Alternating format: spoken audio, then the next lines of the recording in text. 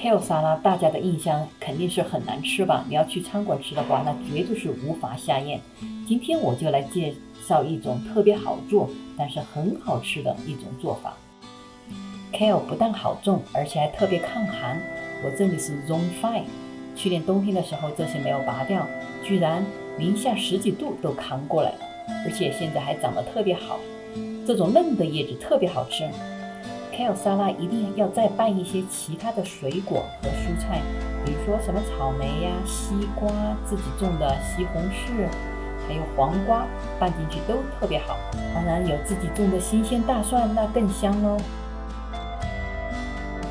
半个柠檬压汁，如果没有柠檬的话，也可以用其他的果蔬，比如说葡萄果醋什么的。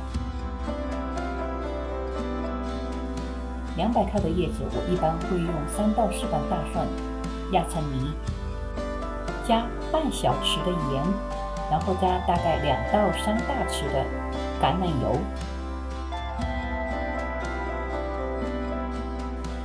一丁点黑胡椒粉。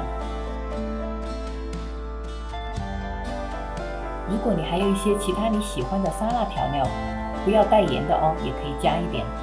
当然这个可以省。搅拌均匀。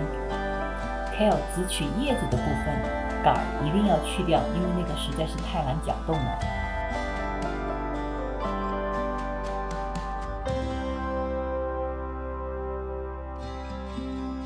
倒入事先拌好的调料。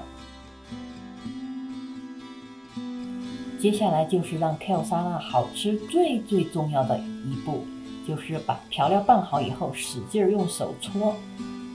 这样处理后的叶子口感完全不一样，而且很入味。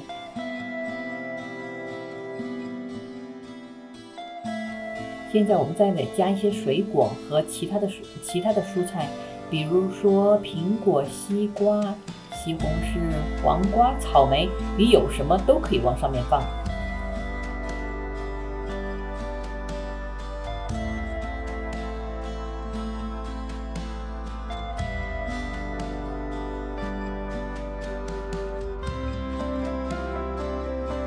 最后把所有的蔬菜和水果拌均匀，还可以撒一点沙拉专用的坚果，最后再加上一点煎好的鱼、鸡肉、牛排或者豆腐什么的，一盘20块钱1份的晚餐就做好了。